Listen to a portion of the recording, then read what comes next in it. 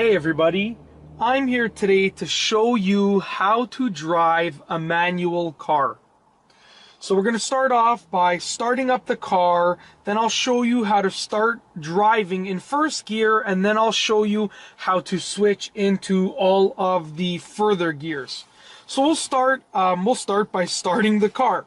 So I'm going to alternate between, the full view of this area with the shifter and then my sort of handheld camera that I'm using with my feet showing the different pedals and the dash and so forth. So let's get right to it. We're going to start the car. To start the car, you are going to push the clutch down. Now the clutch is the pedal all the way on the left. It's this one right here.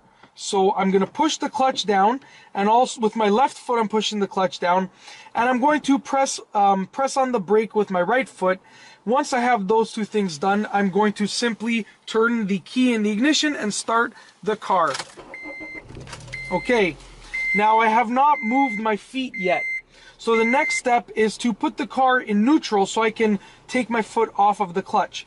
So if you take a look at the gear selector over here, right now it's in second gear. Now we are going to have to place it in neutral, which means to take the gear selector and put it towards the middle, and to ensure that it is in neutral, if you can move it back and forth like this, then that means that the car is in neutral, and that means that I can take my foot off of the clutch. Okay, now also because the e-brake has been pulled up, I can also take my foot off of the brake. Now, we're ready to start in first gear. So we're going to start driving in first gear. The first step is to place my foot on the brake and then release the e-brake. So now my foot on the brake is preventing the car from rolling forward or backwards. Now the next step is to take my left foot and press the clutch in all the way. Now, because the clutch has been pressed in, I can move my gear selector, my shift knob. So I'm going to take it and I'm going to put it in first gear. Now, with this specific car, this is a 2009 Honda Civic Si, I can, to put it in first gear, I have to go all the way to the left and up, just like that. And now I'm in first gear. But if you're driving a different car, your first gear might be in a different location. So just to recap, we have the clutch pedal pressed in, we have our right foot pressing the brake, and then we've placed our gear selector in first gear. Now we're going to start the car. We're going to start rolling.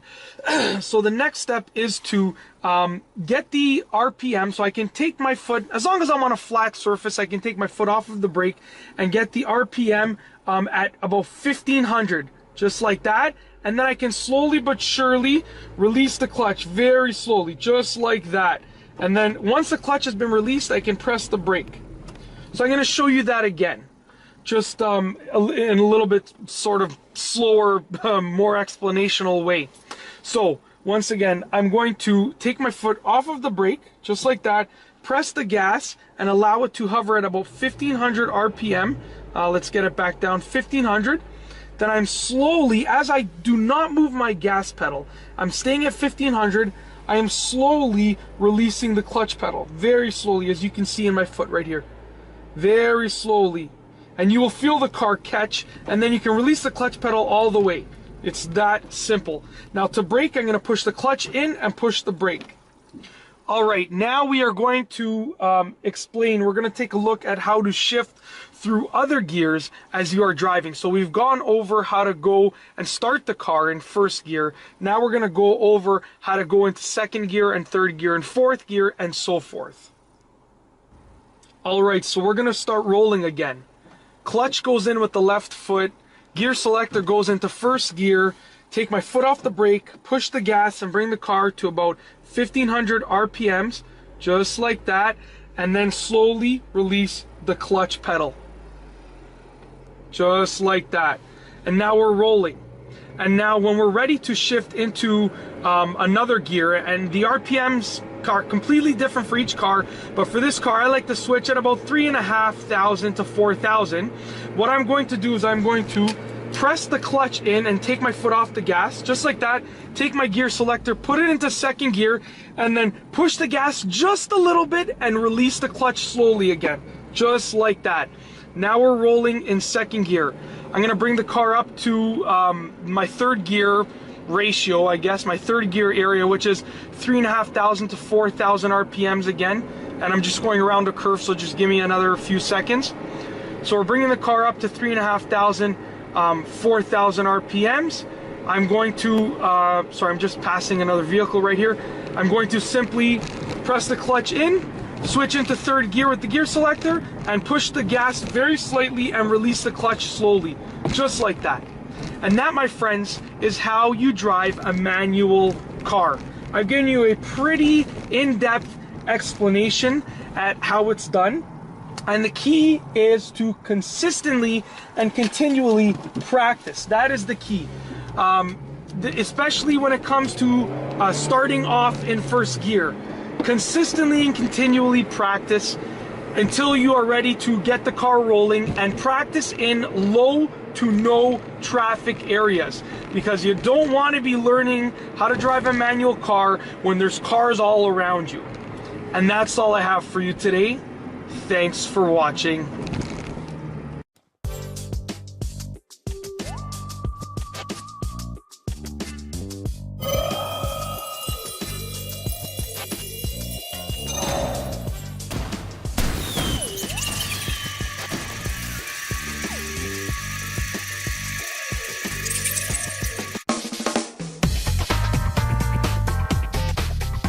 Hello and welcome to the first in a series of programs called Safety Checks, Safety Skills.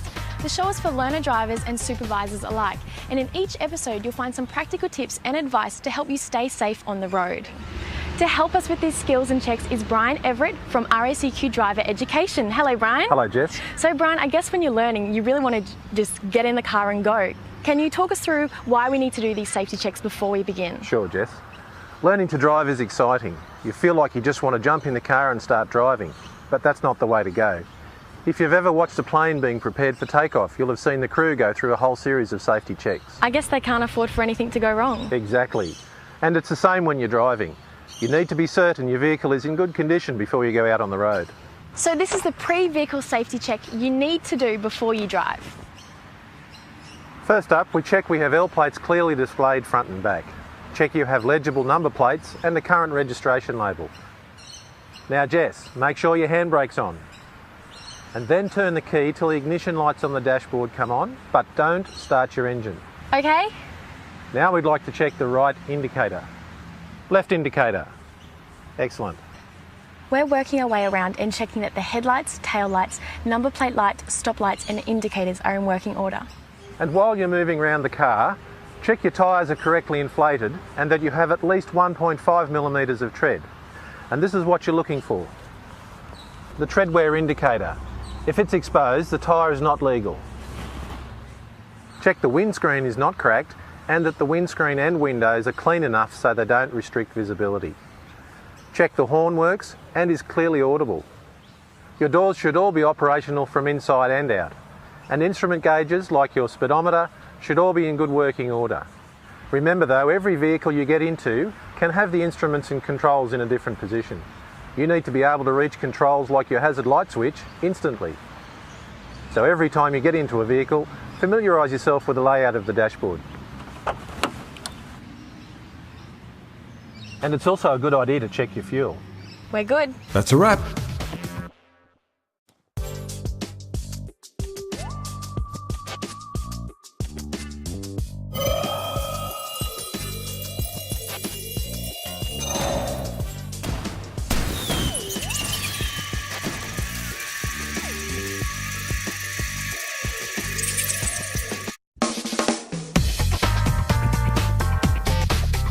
In a previous safety checks and skills program, we looked at the pattern of visual checking we use when driving. We were looking at how to get the best information to help us make the best driving decisions. Today we're looking at other decisions and safety skills we can use when we're driving to help keep us safe on the roads. Brian, where do we start? Jess, we've talked about using our mirrors to get the best information and help make good driving decisions. Once we've made those decisions, we need to tell other people what we're going to do, and that's when your signals come in. Indicators or signals give other drivers and pedestrians very important information about what you're planning. Your driving decisions will also be impacted by road signs, traffic signals and markings on the road. These are important instructions to look out for and follow. And then there's speed. You should be aware of the legal speed limit, but you still need to make a decision about how fast you're going to drive. You need to take into account the driving conditions and the amount of traffic on the road. You need to decide on the speed that's safe for you. And just as important as your speed is the distance you keep from other vehicles. When you're following other traffic, you should be able to leave a gap in front that measures 2 seconds. And the way to sort this out is to watch the car in front pass a stationary point on the side of the road. As it does, you should be able to count 1001, 1002, and now the front of your car is just reaching that counting point. Now you have a 2-second gap. So today we've talked about the things that you need to use to help make decisions and keep you safe. We've talked about the importance of indicators, the importance of road signs, traffic signals and road markings, the need to make a decision on a safe speed based on the conditions you're driving in, and finally the distance you need to keep from other vehicles. And Jess, that is really important. A great number of crashes are nose to tail, people crashing into the car in front. And many of those may well have been avoided if people had just given themselves more space. That's a wrap.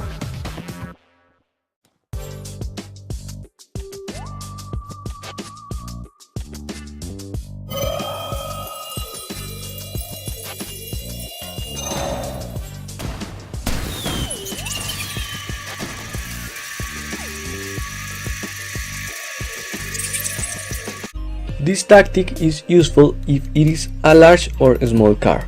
And remember that the idea is that you always stay on the right. The first step is to leave a meter away from the car in front of our space. And also slow down when your shoulder is in the middle of the space you choose to park.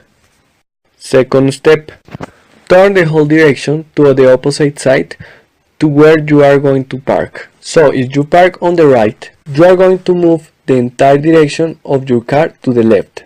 To later move your car with the single clutch. The idea is to move forward until the rear tire of your car is facing the next corner of the car you have next to your parking. But the problem is that you cannot see the rear tire of your car. The idea is to marry the back glass of your car with the corner of the car near the parking place. When that happens, obviously you brake. Step 3. Turn the whole direction to the opposite side to where you had it. Put reverse and then move the car with the single clutch. With the mirrors, you will notice how your car enters, and when you see it straight with respect the lines, you must stop. For there, you straighten your hand round and half, that the logo of your car is straight. And finish your parking.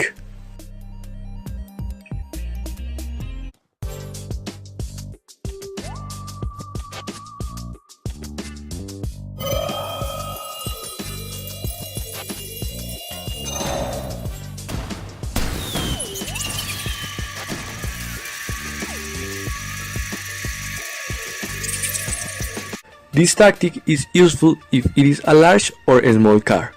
And remember that the idea is that you always keep to the right. The first step is to see if the car enters the space that you think you are going to park. For that, you will look at the back of your car soon as you see that your car goes to the back.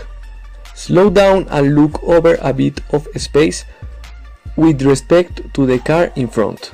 Second step, keeping a mirror approximately with the car on the side, moving the car with the single clutch. You will calculate that the end of the rear window of your car is oriented towards the rear of the car that was in front of you. Third step, move the whole direction towards where you are going to arrive. In this case, the parking is on the right, then in the right direction. Put reverse and move the car only with the clutch. Look at the mirror opposite where you are going to park, and when you see the whole front of the car that is going to be behind yours, you stop. Fourth step, straighten tires, turn and half the steering wheel, that the rudder logo is straight. You look at the mirror where you are going to park and begin to look as the car approaches the sidewalk. The idea is to see that the handle of the door of your car before reaching the sidewalk. At that point, you brake. It's only to finish. You will move the whole steering wheel to the opposite side of the sidewalk. Then you move the whole steering wheel to the left, and you are calculating with the clutch the movement of your car. When you see the car straight to the sidewalk, you brake. And that's it, you park it like a professional.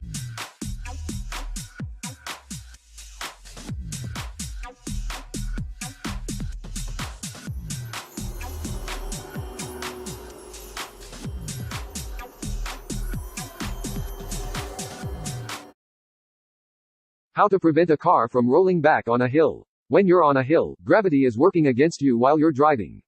There are different methods for manual and automatic transmissions to prevent rolling, since these two types of vehicles operate very differently. After some practice, you'll be able to prevent your car from rolling while you're on a hill. Preventing rolling with a manual transmission. Come to a complete stop. When you are on a slope, you need to come to a complete stop using either the brake pedal or the handbrake. This holds true whether you're facing up a slope or down a slope. Some drivers prefer to use the handbrake, because it frees up their right foot to use on the gas pedal when they intend to start driving again. Use Hill Start Assist, if available. Many manual cars have Hill Start Assist, which will help keep your car from rolling backward when you are stopped on a hill. It will also help when you try to start from a complete stop as well. If you have Hill Start Assist in your car, it will automatically work so you do not have to press any buttons. Hill Start sensors in the car automatically detect when your vehicle is on an incline. The Hill Start Assist maintains pressure on the brake pedal for a set period of time to help you while you're moving your foot from the brakes to the gas pedal. Hill Start Assist does not increase your traction, so if you are in inclement weather or the road is slippery, you may still start to roll backwards. Hill Start sensors in the car automatically detect when your vehicle is on an incline. The Hill Start Assist maintains pressure on the brake pedal for a set period of time to help you while you're moving your foot from the brakes to the gas pedal. Hill Start Assist does not increase your traction, so if you are in inclement weather or the road is slippery, you may still start to roll backwards. Shift into first gear. When it is time for you to begin moving again, shift into first gear and step on the accelerator pedal. Do not release the handbrake yet. Continue pressing on the accelerator until the engine spins at about 3000 RPM. Lift the clutch to its biting point. At this point, you'll feel the front of the car lift slightly since the clutch is taking on the weight of the car. Slowly release the handbrake. Gradually release the handbrake as you lift the clutch slightly. As the handbrake disengages and releases, the car should begin to move forward. As the handbrake disengages and releases, the car should begin to move forward. Slowly release the clutch, listening to the engine. When you hear the sounds of the engine start to fade, continue applying more and more throttle. Now, you're able to start driving up the hill again without rolling backwards. Make sure to release the clutch until it is fully engaged.